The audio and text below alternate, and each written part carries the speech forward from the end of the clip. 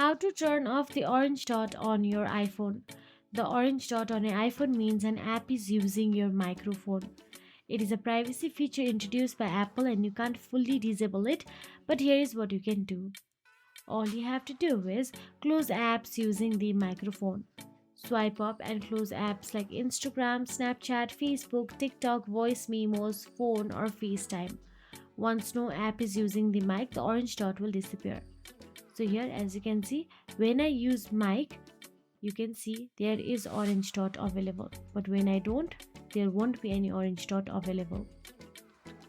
And that is it. Apple uses the dot to protect your privacy. It tells you when your mic or camera is in use, and this cannot be disabled.